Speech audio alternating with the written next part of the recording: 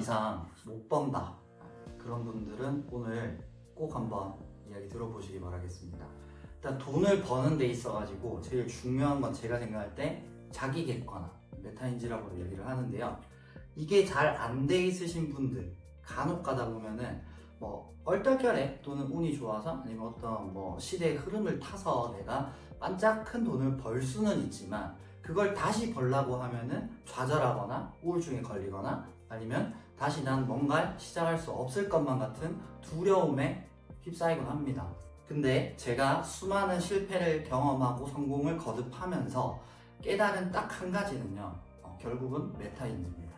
근데 메타인지를 이야기하려는 건 아니고 협동 그리고 팀워크가 왜 중요한지, 그리고 스타트업이라든지 어떤 기업을 봐도요, 대표자 한 명이 잘나서 또는 그 구성원 한 명이 잘나서 잘된 집단은 없었다는 거죠. 그래서 메타인지에 대한 이야기를 좀 해볼 건데요.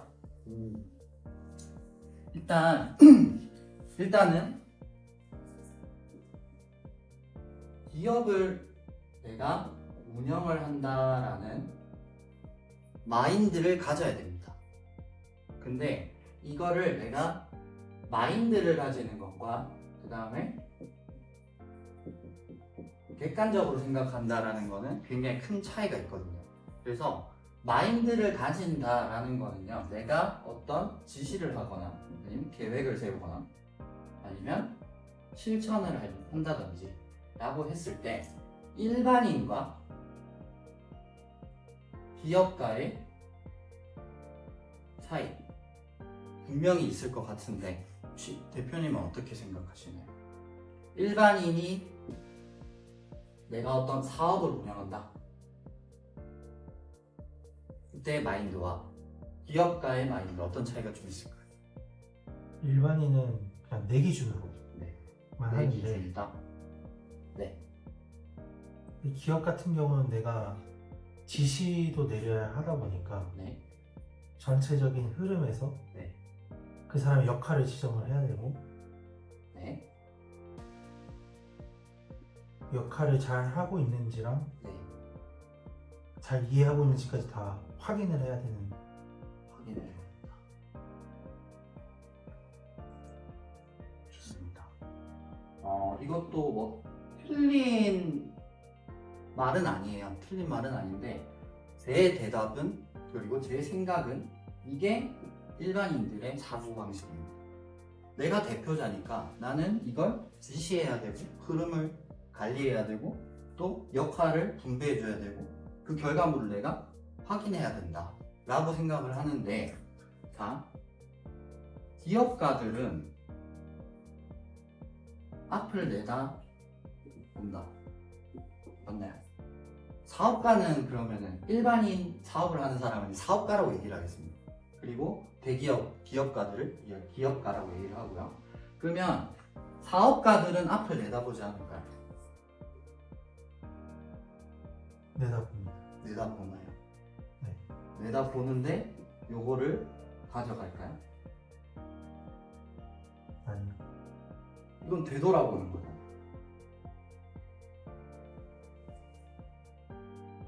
금방 대표님 말씀하신 게 지시했고 어떻게 흘러가는지 봤고 역할 배정해줬으니 나는 확인해야지. 되돌아보는 거죠. 근데 기업가들은 앞을 내다본다라고 얘기를 했어요. 이게 무슨 말인가요? 미래에 돈 벌 수 있는 걸 먼저 확인해서 네. 그거에 기준을 두고 네. 나머지는 네. 따라오게 만드는 거. 따라오게 만든다. 좋아요. 근데 워딩이 조금 위험할 수 있는데, 자, 신뢰라고 표현을 하겠습니다. 신뢰. 어떤 신뢰일까요? 나는 내가 어떤 가치관을 정립을 했어. 또는 내가 가야 될 목표를 정했어. 그러면 구성원이 있을 거잖아요. 처음에 나 혼자 시작했을지언정 내 사업을 또는 내 기업을 키워나가는 과정에서 뭐 이 사람도 붙을 거고 저 사람도 붙을 거고 이런 직원도 있을 거고 저런 거래처도 있을 거예요. 그러면 그들과의 신뢰가 있다라면 요 과정에서 우리가 생략할 수 있는 건 몇 개나 될까요? 지시했고 흐름 확인하고 역할 배정했고 확인을 또 한다 했어요. 여기서 생략 가능한 절차들은 몇 개가 될까요?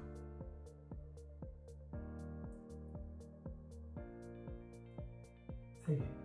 어떻게 세 개? 흐름하고 역할하고 흐름하고 역할하고 역할하고 확인. 확인이 없어진다. 네. 맞나요? 네. 제가 생각할 때는요, 역할 빼고 다 없어집니다. 왜냐면 이 사람들은 앞을 내다보는 것도 있지만 제일 중요한 건 사람을 보는 눈이겠죠. 이 사람이 난 도움이 될 것인가.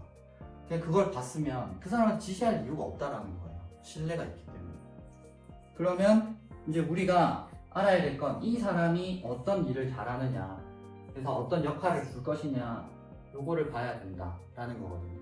그러면 리더의 옆에 있어야 되는 사람들, 그러니까 기업가의 옆에 있어야 되는 사람들은 또 다른 리더가 돼야 되는 거예요. 나한테 주어진 역할을 내가 정확하게 인지를 하고 내가 지금 이 상황에서 어떤 걸 해야 되느냐. 자, 그러면 여기서 제가 말했던 메타인지를 꺼내 볼게요.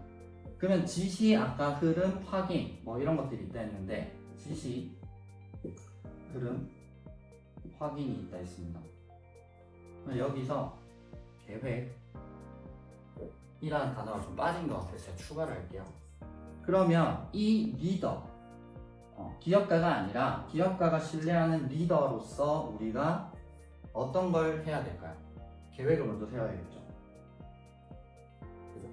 근데 이 계획을 세우는 과정에서 또 필요한 인재들이 다양하게 있을 거예요. 또는 필요한 어떤 상황들이 있을 수도 있고요. 그러면 이 상황과 또는 인재를 계획 속에 포함시키는 게 리더의 자질이고 리더의 역량이라고 생각을 합니다. 자, 그러면 이 리더가 예를 들면 직원을 5명을 데리고 있어요. 데리고 있는데 한 달에 뭐 월급 주고 줄 거 다 주고 나니까 1,000만 원이 나와. 그러면 그 리더의 월 수익은 1,000만 원이 되는 거겠죠. 근데 어떤 사람은 3명을 데리고 있고 월 300만 원이 남습니다. 그러면 이 1,000만 원을 버는 사람과 300만 원을 버는 두 사람의 차이는 700만 원인가요? 아니요. 그러면 6명에 대한 값어치랑 3명에 대한 값어치가 다르니까. 그렇죠. 맞습니다. 정확하게 보셨어요. 그래서 이 갭 차이를 봐야 된다는 거예요. 700만 원이 차이가 났어. 3명으로 300을 벌었고요. 6명으로 1,000만 원을 번 거예요. 그러면 누가 더 잘 버는 거죠? 한 명당 100만 원짜리랑 한 명당 150만 원짜리니까 150만 원짜리 더 잘 버는 거죠. 얘가 더 잘 버는 건가요? 인력 관리에 그런 스트레스로 따지면 3명에 100만 원, 300만 원이 더 효율적일 수 있어요. 맞아요. 정확하게 계속 집어주시는데, 자, 그런 걸 떠나가지고 일단 돈을 여기에 잘 법니다. 근데 입장을 조금 바꿔 볼게요. 여기는 10명을 가지고 1,000만 원을 벌었고요. 여기는 그대로 3명을 가지고 이번에 600만 원을 벌기 시작했어요. 그럼 어디가 더 뛰어난 조직인 거죠? 수익률로 보면 밑에 조직이 더 좋은 여기가? 거고, 안정성으로 따지면 위에 회사가 더 좋은 거고. 여기가 더 좋다. 안정성으로 봤을 때. 근데 이제 만약에 그 매출이 다시 나오지 않았을 때는 밑에 회사가 더 안정성이 높은 거고. 그렇죠. 이게 리스크가 클 수도 있는 거고, 또는 뭐 대표님 말씀하신 것처럼 확장의 가능성이 있으니 조직이 더 탄탄하게 보일 수도 있는 거예요. 자, 근데 여기서 관점은 이 리더라는 사람이 이 10명 또는 이 3명을 어떻게 끌고 가냐에 따라서 금방 말씀하신 리스크가 될 것이냐 아니면 확장이 될 것이냐, 이게 달라지는 거잖아요. 근데 여기서 이 3명을 차이점을 한번 줘볼게요. 믿고 맡겼더니 매출을 올렸어. 근데 여기는 직원이 늘어났잖아요. 매출은 그대로인데. 그러면 어떤 상황일까요? 인력 효율이 떨어진다. 떨어지기 시작을 했다는 거죠. 그럼에도 불구하고 인원을 충원을 했다라는 거는 이 기업가 또는 그걸 구성하고 있는 작은 리더들이 뭔가 불만을 표했겠죠. 일이 많다. 회사 돈 많지 않냐. 직원도 뽑아라. 그죠? 그렇게 되면 이 리스크는 결국 누가 떠안아요? 기업가가 떠안는 거죠. 그러면 확장이 되면 어떻게 돼요? 그걸 제시한 이 사람들이 잘하는 거. 만약에 리스크가 감당을 해야 되는 입장이 됐을 때는 누가 잘못한 게 돼요? 기업가가 잘못한 게 되는 거겠죠. 자, 그러면 이런 룰을 놓고 봤을 때 이 리더라는 사람은 똑같이 뭘 생각해야 될까요? 기업가의 입장에서 돌아봐야 된다는 거예요. 근데 왜 대부분의 사람들은 그렇게 하질 않아요? 왜 그러냐면 나는 너보다 아래에 있으니까 네가 책임질 거잖아. 네가 끌고 간다며. 네가 하자 그랬잖아. 이런 식으로 사고를 하다 보면은 후자 이런 일들이 발생을 합니다. 왜냐? 1년이 지나도 2년이 지나도 내 월급은 오르지를 않거든. 그런데 일은 점점 하기 싫어진다라는 거죠. 그러면 사람이 더 필요하다라는 결론이 나올 거고 또는 매출이 줄어든다는 거죠. 그러면 이 사람이 자기 사업을 한다. 어떻게 될 것 같아요? 자, 요 기업가 밑에 있다가 월급이 안 늘어나는 거야 이제. 일은 똑같은데. 그래가지고 이렇게 유지를 하다가 리스크가 터져버렸어. 회사가 막 공중분해 된 거야. 그래가지고 이 작은 리더 중에 한 사람이 임모모 씨가 이제 회사를 차려 나왔어. 자기 사업을 시작을 한 거야. 자, 이 사람 어떻게 될까요? 망합니다. 왜 망할까요? 기본 매출을 끌고 갈 수 있는 게 없기 때문에. 기본 매출 끌고 갈 수 없는. 그거는 일단 떠나놓을게요. 마인드적인 또는 어떤 주관적인 리더로서의 역량에 대해서 한번 평가를 해보자면. 월급을 받았던 사람이니까 네. 월급을 받았던 사람의 입장으로 자기 사업을 하겠죠.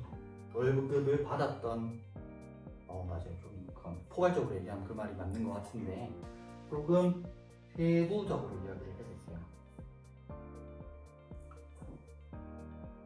어떤 책이나 어떤 위인전이나 어디를 봐도요. 남 밑에서 못했던 사람이 내 거 해서 잘했다는 사람을 저는 본 적이 없어요. 혹시 대표님들 있으신가요? 없죠. 근데 이게 상하관계라는 표현은 좀 그럴 수 있는데, 자, 이 사람이 창업을 했어. 그래가지고 직원을 이렇게 뽑은 거야. 그러면 이 사람이 이 작은 리더들한테 해줄 수 있는 역량은 어디까지일까요? 리더 주고, 독려해주고, 아이디어를 제공해주고, 일을 하는 재미를 만들어주는 역량을 가지고 있을까요? 아니죠. 이 회사는 성공할 수 있는 확실한 신뢰를 줘야죠. 그러니까 그 신뢰를 주기 위해서 이 창업한 사람이 아래의 조직들에게 뭘 줄 수 있냐는 거죠. 메타인지. 메타인지. 네, 죄송합니다. 제가 말이 좀 산으로 도나요? 자, 이렇게 나와가지고 창업을 하는 순간 이 사람은 이들한테 뭘 주냐? 허황된 비전. 이게 무슨 말이냐면요, 여기서 실패했어요. 이 사람은 이미 실패를 한 거야. 왜냐? 내 조직이든 네 조직이든 내가 몸담고 있던 조직이잖아. 근데 그 조직 하나가 완성이 못 되고 와해가 됐어. 부도가 났어. 또는 그럴 것 같아서 내가 먼저 나왔어. 근데 내 회사를 차린다고 하는데 건강한 조직을 만들려고 만들 수 있는 어떤 역량이 있을까요? 없겠죠. 그러니까 이건 질문할 필요가 사실은 없는 건데 명확하게 구분하기 위해서 예를 들어봤어요. 그러면 이 사람이 나와가지고 이들한테 줄 수 있는 건 허황된 비전이다. 그러면 이 사람들 바보예요? 아니죠. 눈치채겠죠. 그럼 어떻게 될까요? 똑같이 이용하는 거예요. 똑같이 이용해요. 그러고 나서 이 회사가 만약에 무너졌어요. 무너지면 이 자기 사업하려고 나왔던 얘가 하는 말은 뭘까요?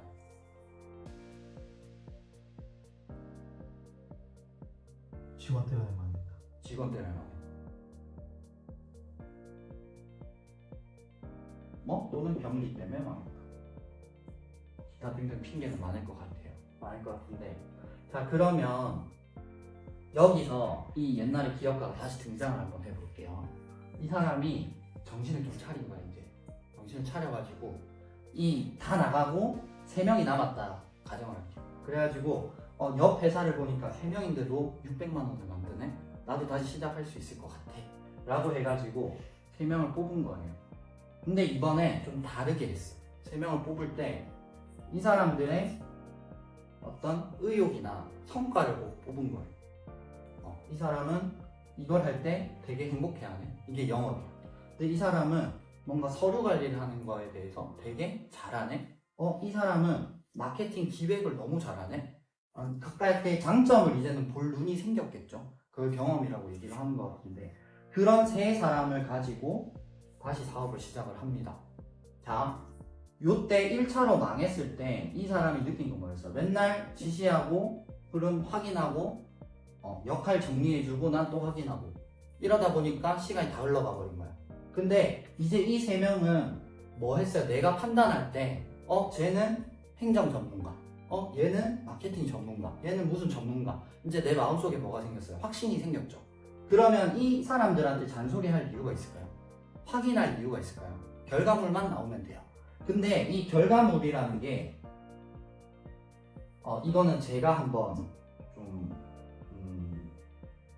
실수라고 할까요? 저도 잘 몰랐던 시절에 제가 경험했던 걸 좀 토대로 말을 하면, 이렇게 한번 무너지고 다시 일으켜 세웠던 조직에서 이 결과가 내가 원래 뭐 예를 들면 1,000만 원을 벌다가 갑자기 한 6개월 평균 한 3,000만 원 정도를 벌게 됐어요.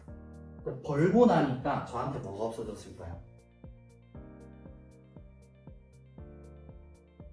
목표. 이게 없어졌어요. 왜냐? 제 앞둔 그때 말아먹었던 거 다시 해보자 이거. 그러니까 이 결과가 끝에는 또 안 좋았겠죠. 직원들은 오히려 얘네가 이제는 나보다 더 뛰어난 리더가 돼 있더라는 거예요. 근데 그 과정에서 이제는 제가 제 한탄을 조금 해볼게요. 이번에는 자, 이 과정에 가면서 얘네가 리더로 성장하기까지 저는 얘네를 뭘 해줬어요? 신뢰를 드렸죠. 믿어줬고 기다려줬고 응원해줬고, 그 덕에 이 사람들이 큰 거예요. 맞나요? 만약에 똑같이 제가 얘네를 닥달을 했다 그러면 얘네는 성장할 수 없었을지도 몰라요. 또는 다른 업종으로 갔을 수도 있어요. 그 한 큐 차이로 직장인이 됐거나 아니면은 사업가가 됐거나 달라질 수 있는 거잖아요. 저로 인해서.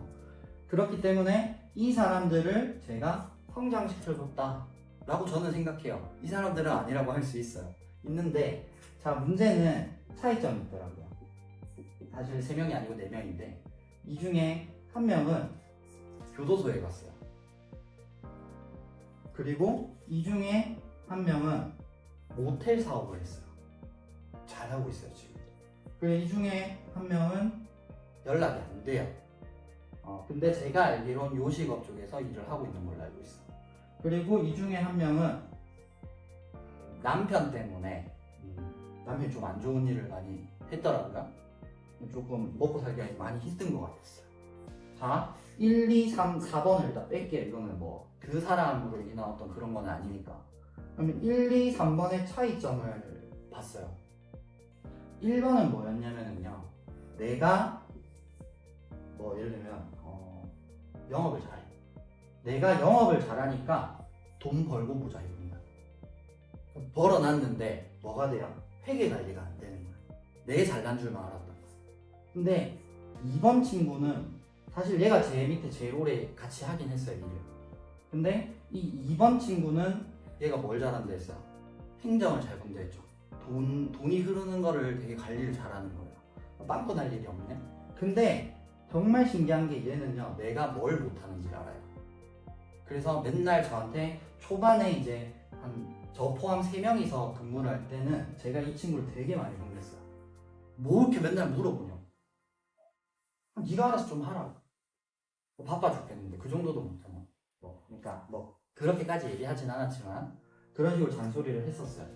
근데 어느 순간에서가 보니까 이 친구의 습성은 뭐냐면 일을 그냥 내가 잘하는 거는 최선을 다해 하고 그러지 못하는 거는 협업을 하자 위주더라고요. 그리고 요 세 번째 친구는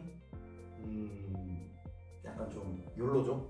네, 뭔가 사업과는 그런 거리는 먼 것 같아요. 그냥 기본 마인드가 좀 그러니까. 근데 이런 친구까지 우리가 어떻게 바꿀 수는 없어요. 바꿀 수는 없는데, 자 2번 친구가 되는 게 좋을까요? 1번이나 3번 친구가 되는 게 좋을까요? 1번이요. 왜 좋아요? 1번이? 1번 교도소 갔는데? 1번처럼 우선 돈을 벌 때 네. 행정 잘하는 애한테 맡겨야죠. 내가 못하는 거야. 대표는 돈을 잘 벌어야지. 그게 잘못된 생각이라니까. 제가 금방 그 말을 했는데. 자, 2번 친구처럼 돼야 된다. 내가 예를 들면 그런 게 있는 거예요. 그림을 되게 잘 그려요. 근데 그림 잘 그리는 화가들은 많겠죠. 근데 어떤 화가는 그림 한 점에 몇 천만 원씩 가치를 내고 몇 억씩도 내는데 어떤 작가는 맨날 길에서 막 그림 그려가지고 한 장에 5천 원, 만 원 팔고 있어. 두 사람 차이 뭘까요? 가치 판단을 못합니다. 가치 판단을 못한다. 돈을 벌고 싶은 욕망은 똑같지 않을까요? 그러니까 자신의 가치를 네. 어떻게 높이는지 모르니까 네. 가치를 못 높여서 5천 원을 받는 거고. 응? 가치를 못 높여서 5천 원을 받는 거고. 네. 자기 가치를 높일 줄 아는 사람은 네. 이걸 못 받는 거겠다. 잘 들어보세요. 제가 좀 전에 뭐라 했냐면 2번이라는 친구는 내가 잘하는 것과 못하는 것을 잘 구분한다 했어요. 네. 그러면 화가의 입장에서 내가 잘하는 게 뭐예요? 그림 잘 그리기. 그림이죠. 그러면 이 사람이 못하는 거 뭐예요? 내 그림을 유명하게 만드는 거. 그럼 뭐 그걸 전반적으로 마케팅이라고 얘기를 할게요. 그러면 뭐 이게 또 사업의 일종인 거고. 난 이걸 못해. 그죠? 그럼 이 사람은 뭘 해야 돼요? 사업하기 위해 돈을 벌어야 돼요? 아니면 내 주변에 마케팅 잘하는 친구를 만나러 다녀야 돼요? 내 주변에 마케팅 잘하는 친구를 만나는 거. 그죠? 근데 왜 좀 전엔 그렇게 말씀 안 하셨어요? 일단 돈을 벌어 놓으면 네. 마케팅 잘하는 사람은 돈을 더 주고 쓸 수 있으니까. 맞아요. 그것도 맞는데 돈을 벌려면 사업을 해야 되잖아요. 뭔가 행위를 해야 되잖아요. 근데 이게 1순위가 돼 있으니까 돈 벌어서 이거 잘하는 사람 꼭 집어 라는 마인드로 가버리게 되면은 아까 처음 말아먹었던 기업가처럼 된다 라는 거예요. 왜냐면 자 누구는 1년 동안 내가 그러면 새가 빠지게 그림 팔아가지고 창업자금을 마련을 했어요. 마련을 했고 이 2번 사람은 맨날 마케팅 뭐 하는 모임이나 이런 데 가서 전문가들 막 만나고 나랑 대화가 잘 통하는 사람이 없는지를 찾아봤어요. 뭐 예를 들면 우리 대표님하고 저의 관계도 비슷할 것 같아요. 우리가 처음 시작했던 지점으로 돌아가는. 그죠? 자, 그랬던 사람이 1년이 지나가지고 이 사람이 사업을 시작을 했어요. 마케팅 전문가가 왔다 칠게요. 신뢰가 생길까요? 안 생길 수 있죠. 안 생길 수 있다. 그럼 생기는 경우는 뭘까요? 그 사람의 경력을 보고 판단을 하고. 경력을 보고 말한다.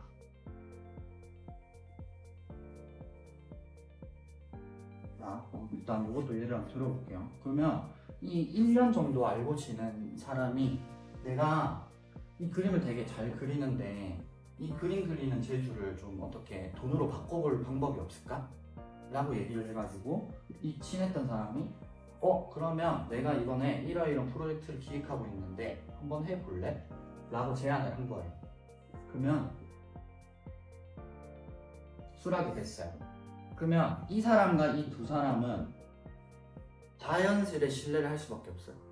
왜 그렇죠? 실제로 확인을 했으니까. 부탁을 했잖아. 나랑 뭐 같이 안 해볼래? 그리고 얘가 제안을 했잖아. 맞죠? 이 과정에선 대표님 금방 말한 것처럼 서로에 대한 가치를 이미 알고 있고 인정하고 있을 거예요. 그러면 이 부탁과 제안이 합쳐지는 순간 신뢰가 생긴다 했어요.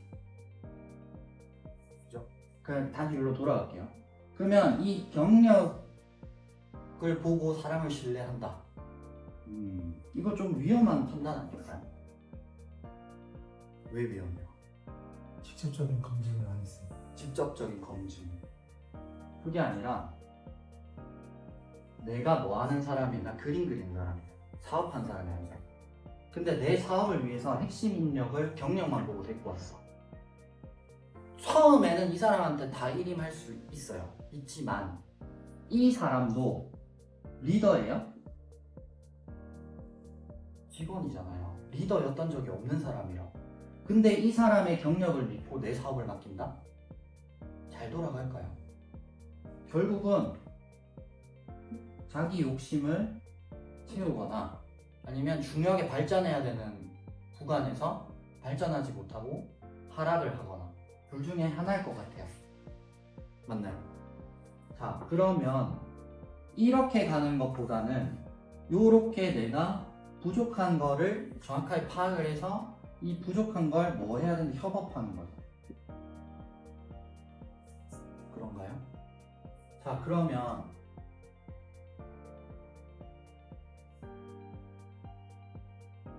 내가 뭘 잘하느냐, 내가 뭘 못하느냐를 구분하는 방법은요. 뭐 다양한 카테고리가 있으니까 모든 카테고리를 제가 말씀드릴 수는 없습니다. 근데 단지 사업에 있어서 1번은 성공 또는 성취, 해본 경험이 있는가. 그리고 2번은 내가 여기에 열정, 뭐 예를 들면 밤을 새서라도 일을 이어나갈 수 있는가. 그리고 3번은요, 내가 어떤 인사이트를 이야기할 때 끊임없이 말을 하고 상대가 공감할 수 있는 것. 요 세 가지면 된다고 봐요, 저는. 그러면 이건 내가 잘하는 거야. 그럼 못하는 건 뭘까요?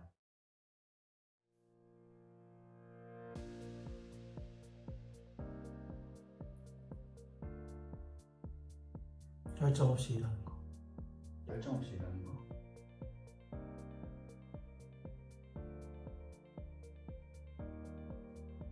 못하는 거. 대표님 한번 말씀해 주세요. 잘하는 기준은 요 세 가지면은 될 것 같다라고 했어요. 그러면 못하는 거. 시키는 것만 응? 시키는 것만 시키는 수동적으로 수동적인 거.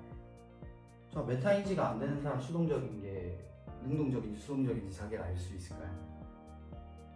그러니까 자기가 뭘 할지 모르니까 수동적이어지는 거죠. 맞아요. 이걸 조금 쉽게 풀어볼게요. 잔소리가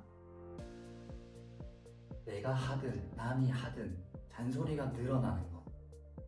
뭔 일을 할 때 이렇게 합시다 라고 요청을 했어요. 또는 요청을 받았어요. 근데 막 단소리가 잡소리가 많아져. 그럼 그건 잘하는 일이에요? 아니면 내가 애매하게 못하는 일이에요? 아니면 아예 모르는 일이에요? 그 일에 대해서 파악을 못하는 거죠. 그죠? 근데 대부분의 정말 제가 진짜 한 500명? 뻥 하나도 안 치고 한 500명 정도 면접을 본 것 같아요. 살면서. 특징이 있어요. 전문가가 아닌 애들. 그러니까 일에 대한 열정이 없는 사람들이 제일 잘하는 게 잡소리예요. 그냥 포토샵 할 줄 알아요? 물어봤어요. 그러면 네 잘해요. 깔끔하잖아. 근데 꼭 조금 부족하거나 그러니까 뭔가 잘 안 되는 친구들 있죠. 이런 애들은 포토샵 뭐 어떤 부분이 필요해요? 혹시 의류 색깔 보정 그거는 할 수 있어요. 또는 뭐가 있을까? 요리를 잘한다 그랬어. 요리를 잘한다 그랬는데 김치찌개 어떻게 끓여요? 라고 하는데 뭐 무슨 김치찌개 끓일 건데요? 라든지 이런 질문에 질문으로 나오는 사람들이 있죠. 그런 사람들은 저는 상대를 안 해요. 그렇게 상대를 해보니까는 차라리 그 시간에 내가 하는 게 빨라. 일이죠. 근데 내가 다 할 수 없기 때문에 우리는 끊임없이 사람을 만나고 나랑 소통이 잘 되는 또는 건강한 관계를 만들어 가려고 노력을 해야 되는 거 아닌가 라는 생각이 좀 듭니다. 그리고 두 번째 또 있습니다. 뭘까요? 첫 번째는 못하는 것에 대한 기준은 내 스스로 잡소리가 늘어나는가를 보자 그랬어요. 또 한 가지 더. 협회장님 한번 말씀해 주세요. 관심 없는 거. 관심? 관심.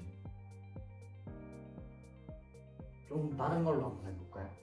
그건 너무 답변이 관심이 없는 답변인데? 여유가 없는 거. 여유가 없는 거. 어떤 여유? 머릿속에 정리가 안 돼 있어가지고 네. 무슨 말을 할 때 명확하지가 않아. 이거 같은 말이잖아. 사실 열정도 없고.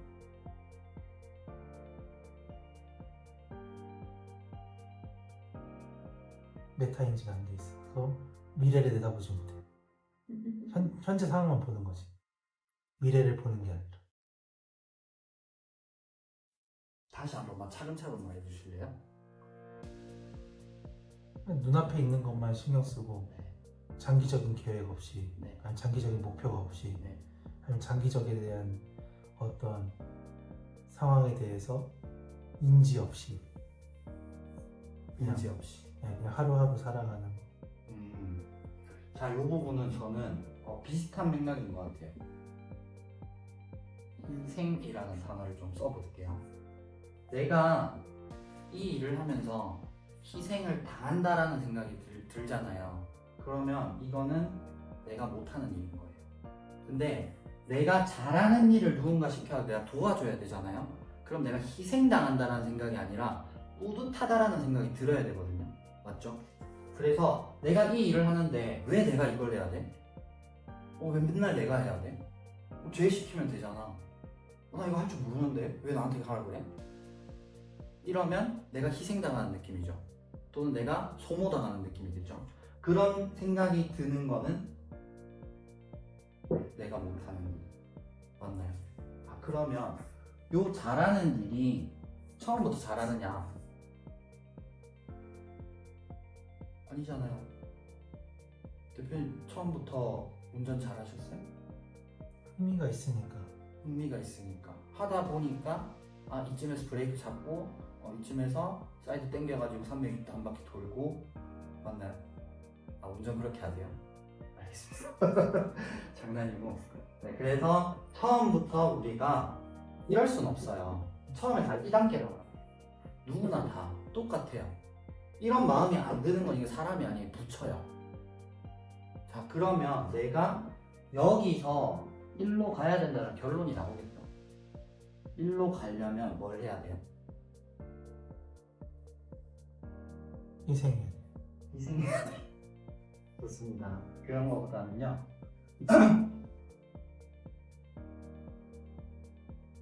여기서 아까 계속 떠올랐던 키워드예요. 관심을 가져야 됩니다.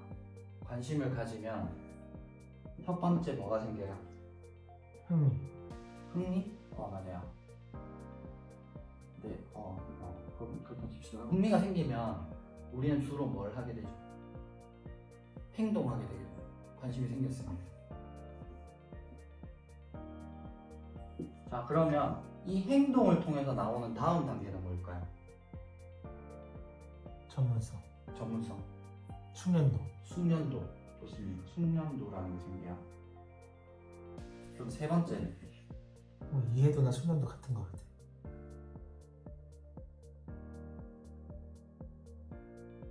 인맥 또는 관계가 생깁니다. 마지막. 맞나요? 자, 그러면 인맥이나 관계에서 꼭 사람을 의미하는 건 아니에요. 내가 이 관심이 있기 때문에 어떤 집단을 파헤쳐 볼 수도 있는 거고, 어떤 프로그램을 알게 될 수도 있는 거고, 또는 그에 대한 전문가들을 알게 됨으로 해서 내가 그 사람의 서적을 찾아볼 수도 있는 거예요. 맞나요? 자, 이 숙련도라는 게 순서 좀 잘못된 것 같아요. 제가 볼 때 이게 3번, 얘가 2번인 것 같아요. 그래서 관심을 내가 가졌다라는 흥미를 느낀다라는 거고, 흥미가 생겨서 행동을 하게 되면 결국은 이제 이런 인맥이나 관계 형성이 시작이 된다. 그렇게 되면 뭐가 돼요? 그냥 자연스럽게 배움이 생길 수밖에 없어요. 그럼 이 배움 속에서는 뭐 시행착오도 있을, 실패도 있을 거고, 또는 뭐 내가 잘해서 뿌듯함도 느껴볼 거고. 자, 그러고 나서 느껴지는 게 뭐예요? 결국은 숙련도라는 게 생기잖아요. 맞나요? 자, 근데 사람들이, 제가 이거는 그냥 제 객관적인 주관적인 판단인 거니까 걸러들여도 좋겠습니다. 자, 사람들이 키워드를 관심이라고 하면은 이렇게 생각을 해요. 내가 좋아하는 거, 내가 잘하는 거. 근데 그렇게 되면 결국은 이 안에서만 맴돌게 되잖아요. 그죠? 근데 아까 요 사람 기억나시죠? 1년 동안 집단에 가서 내가 부족한 걸 채우려고 배우기도 했고 그런 사람들을 만나기도 했어요. 자, 그러면 이 사람과 이 사람의 차이점은 어떻게 된다 그랬어요? 얘는 이거 믿고 들어갔다가 사업하면 이 이상한 애들 밑에 써가지고 결국은 말아먹을 게 뻔히 보인다라고 얘기를 했잖아요. 근데 이게 아니라 내가 이거를 받아들여버린 거야. 나 이걸 못하니까 그 집단에 가서 그런 사람들하고 친해져야지 하다 보니까 관계가 생기고 뭐가 생겼잖아. 그 상황에서 뭘 하게 될 수 있다 그랬어요. 부탁을 받거나 부탁을 하거나 제안을 받거나 제안을 할 수 있는 기회가 생긴다. 근데 이 사람들은 기회라는 이 키워드에서 뭐라고 얘기하냐? 그거는 네가 주변에 인맥이 많아서 그런 거지 새끼야. 네가 기회가 좋았네 새끼야. 대부분 이렇게 생각을 해요. 근데 이걸 그냥 쭉 돌아보면 결국 이 사람 뭐 했어요? 행동. 네. 근데 이 행동하기 전에 뭘 먼저 한 거예요? 메타인지. 네, 내가 부족한 건 뭐지? 내가 하기 싫은 일은 뭐지? 그거를 파악을 하고 나니까 지금 내가 어디 가서 뭘 해야 될지를 알게 돼야 안 돼요. 이게 재밌고 안 재밌고의 문제가 아니에요. 예를 들면 공대생이야. 공대생들이 세모 이런 거 좋아할까요? 안 좋아하겠죠. 만지고 이런 거 좋아해. 숫자 막 돌아다니고 법률 분석해야 되는 건 안 좋아하잖아. 그럼에도 불구하고 그 사람들은 행동을 해요. 성공한 사람들은 그런 집단이나 그런 사람들을 만나려고 노력을 한다고. 근데 그걸 만나가지고 내가 이거를 어떻게 배우거나 내가 학습하는 부분도 분명히 있겠지만 그 속에서 뭘 얻게 돼요? 기회를 얻게 되는 거예요. 그죠? 그러면 결국은 이 메타인지라는 단어가 네가 잘났고 내가 못났고 내가 잘났고 네가 못났고로 구분하는 단어가 아니라 제가 볼 때 어떤 누구라도 메타인지를 먼저 시작해야만 내가 성공할 수 있다라고 생각을 해요. 그래서 내가 부족한 게 뭔지 지금 알았다면 그 부족함을 반대로 넘치게 가지고 있거나 잘하는 집단이나 그룹이나 어떤 사람, 인물, 위인들 있잖아요. 을 먼저 찾아보면서 그 속에 내가 좀 속해 보려고 노력을 해야 되지 않나 라는 생각이 오늘의 결론입니다. 질문 있으신가요? 없으신가요? 그러면 이건 짧은 거예요.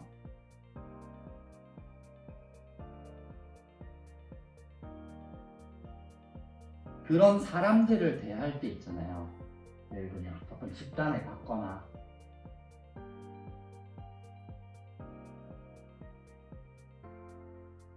또는 내가 부하 직원일 수도 있고요. 아니면 뭐 내가 좀 임원일 수도 있어요. 근데 여기서 자만을 하는 사람이 있고 그 다음에 두 번째는 겸손한 사람이 있다 라고 볼게요. 자만을 하는 사람과 겸손한 사람의 차이점은 딱 이거 하나로 끝나요. 뭘까요?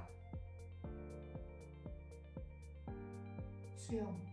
수용. 네, 좋은 것 같아요. 또 메타인지. 네, 좋습니다. 대표님은?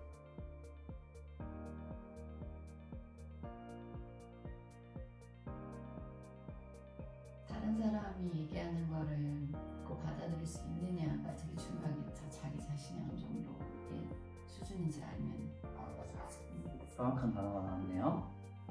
수준입니다. 어떤 수준이냐면요, 현재 내 위치에 대한 또는 뭐 어떤 내 레벨에 대한 실력. 내 입장이나 내 실력에 대한 수준이에요. 자, 그럼 이걸 어떻게 봐야 되냐면 아까 삼성이나 LG나 현대 또는 SK 기업가. 자, 우리 대표님이 삼성 회장님이에요. 삼성이 제일 잘하는 게 뭐죠? 한번 반도체. 맞나요? 자, 그래가지고 AI 요즘에 전 세계적으로 핫하잖아요. 그럼 여기서 샘 알트만이나 뭐 AI 업계 관련된 빅테크 기업들 대표를 만난 거야. 그럼 이 사람들 만났을 때 이 삼성 회장의 태도는 어떨까요? 내가 삼성 회장인데 뭐 이러고 있을까요? 아니겠죠. 뭘 해요? 이 사람한테서 뭔가 협업을 할 수 있는 게 없는지 또는 어떤 동향은 어떻게 흘러가는지를 생각하겠죠. 자, 근데 자만을 하거나 겸손하다라는 이 자세나 위치, 포지션의 차이점은요, 이건 거예요. 그냥 내가 AI 어떤 대표를 만났어, 샘 알트만을 만났을 때 얻을 수 있는 게 또는 뭐 함께 할 수 있는 게 있는가 라고 생각하면은요, 절대 자만할 수가 없습니다. 그죠? 그러면 결국은 겸손해질 수밖에 없다라는 거죠. 자, 이 말을 제가 지금 이렇게 왜 꺼냈냐면, 예를 들면 LG 회장님이라고 볼게요. 또는 뭐 LG의 되게 높은 임원이에요. 어떤 프로젝트 하나가 시작이 됐어요. 이렇게 명령이 내려온 거야. 그러면 두 가지를 놓겠습니다. LG에서 연봉 한 3억 받는 임원이에요. 그리고 B라는 사람은 한 500만 원 받는 월급쟁이입니다. 이 두 사람의 차이 뭘까요? 이 프로젝트를 대하는 느낌이 어떨까요?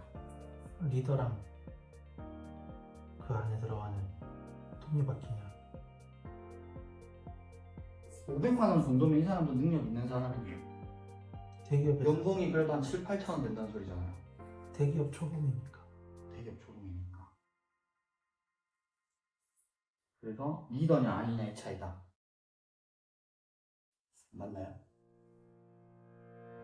제가 볼 때 이것도 수준입니다. 근데 어떤 수준이냐면은 입장에 대한 수준을 생각해 보면 될 것 같아요. 자, 이 3억 받는 사람 3억 왜 받아요? 그 이상은 회사에도 벌어지고 있으니까. 책임에 대한 전가도 분명히 있을 거예요. 임원이기 때문에. 이 프로젝트가 잘못되면 이 사람 어때요? 당장 내일 3만 원도 못 벌 수 있는 사람이에요. 그죠? 근데 이 사람은 어때요? 우리나라 법이 너무 잘 돼 있잖아요. 4대 보험 들어가 있지. 그럼 바로 자를 수 있어요? 못 잘라요. 귀책이 없는 이상은. 그죠? 그러면 이 프로젝트를 대하는 수준이, 입장에 대한 수준이 어떠냐? 이건 목숨 걸고 하겠죠. 이 사람 어때요? 퇴근 시간 되면 퇴근하고 싶겠죠. 자, 그러면 제가 아까 뭘 했어요? 내가 잘하는 것, 밤을 새서라도 할 수 있는가에 해당을 하겠죠. 그러면 이런 마인드를 가지고요, 내가 LG가 아니더라도 일을 한다라면은 제가 볼 때 누구나 성공할 수 있다라고 보는 거예요. 그래서 잘하는 것은 내가 지금 당장 그럴 수 있는가 없는가로 판단하는 것도 있지만 그거를 내가 메타인지를 통해 가지고 부족한 걸 배우러 갔을 때 또다시 내가 잘하는 것과 같은 입장으로 대해야 된다는 거예요. 이걸 할 때 내가 행복해야 될 거고 잘할 수 있어야 될 거고 재미가 있으려면 결국은 처음에는 이런 입장에 대한 수준을 내가 미리 준비를 해야 된다라는 거예요. 뭐 예를 들면 회사에 출근을 했을 때 그럼 출근하는데 LG 대기업 임원이 LG라는 말을 계속 쓰는데 자, 오픈 AI 임원이라고 하겠습니다. 오픈 AI 임원이 지각할까요? 안 하겠죠. 왜 안 해요? 이 일의 중요성을 잘 알고 있어요. 네? 프로젝트의 중요성을 잘 알고 있어요. 프로젝트의 중요성을 잘 알고 있으니까. 그러면 그렇게 고액 연봉을 받는 사람이 회의에 빠지고 싶을까요? 그럼 그 사람이 오늘 해야 될 일을 내일로 미루고 싶을까요? 싶을 수는 있겠지만 그럴 수 없겠죠. 자, 그래서 이게 내가 행복해질 때까지는 결국은 고통스러울 수밖에 없는 거예요. 근데 이거를 고통을 피하려고 하니까 사람들이 어떻게 돼요? 발전을 못하고 계속 밑으로 가는 거예요. 자, 그래서 저는 이렇게 생각합니다. 행복을 위해선 고통스러울 건데 이 고통스러움 지나고 나면 결국은 즐거운 때가 오지 않나 이렇게 생각을 합니다. 그래서 근데 이 즐거움이라는 걸 저는 어떻게 견뎌내냐면 이 즐거움이 올 때까지 아까 말했던 뭐 삼성이나 LG나 그런데 난 기업의 회장이다. 난 여기서 지금 연봉 얼마 받는 사람이다. 라는 생각을 늘 하는 거예요. 그러면 이 즐거움이 나중에 돈으로 바뀌는 순간이 오겠죠. 그럼 그때 3억 뭐 한 3년 동안 돈이 없었다 칩시다.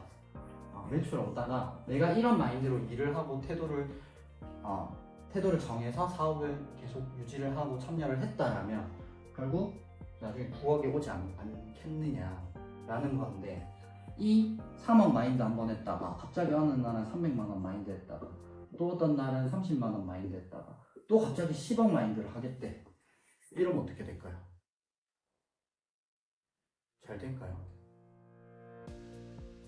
그래서 목표 정하셨으면 3억 안 들어와도 10억 들어오겠지 하면서 계속 돌파해 나가야 된다. 내가 흔들리면 뭐 해야 돼? 지금 나 고통스럽구나. 그럼 고통스러운 거 받아들여야 돼요. 안 그러면 즐거움이 오질 않아요. 그래서 이 즐거움이 나중에 결국 돈으로 돌아올 거다 라고 생각을 하면서 일단은 메타인지 한번 해보시고 내가 못하는 거 또는 지금 내가 하면서 즐겁지 않은 일이 있다 라면은요 근데 그 일을 하고 있는 원인은 제가 볼 때는 하나일 것 같아요. 100%는 아니겠지만 결국 행복하고 싶고 근데 그 마음이랑 행복이라는 게 심리적 행복도 있겠지만 결국 내가 시간이 많고 돈이 많으면 행복하잖아. 우리 가족들도 행복할 거고 내가 놀러 가고 싶은데 갈 수 있고 그럼 결국 그런 것들을 위해서 사회생활을 하고 돈을 벌지 않느냐. 또 이런 말을 하면 또 그런 분들이 계세요. 난 지금 만족하는데. 자, 그런 분들께 제가 드리고 싶은 이야기는요. 그런 사람 치고 일을 적게 하는 사람 못 봤어요. 근데 그 일을 적게 하는 게 많이 하는 것과 깊게 하는 것과 다르잖아요. 근데 일을 너무 이것저것 요것저것 다 해봐. 그러다가 안 맞아 하다가 나한테 맞는 거 어디 있냐고 찾는 거야. 그러면 이제 시간이 날아가는 거고. 근데 하나를 해도 내가 깊게 파는 사람들, 이런 사람들은 그 고통을 이겨내려고 노력을 하는 거고 그 고통 속에서 이게 얻어질 거다라고 생각을 하는 거죠. 관점의 차이인데요. 이 사람은 내가 즐겁지 않으니까 이건 나랑 안 맞는 일이야. 이건 거고 이쪽에 있던 사람은 내가 즐겁기 위해서 지금 내가 고통스럽구나 라고 생각하는 차이가 아닌가 그렇게 생각을 합니다. 오늘 마치도록 하겠습니다.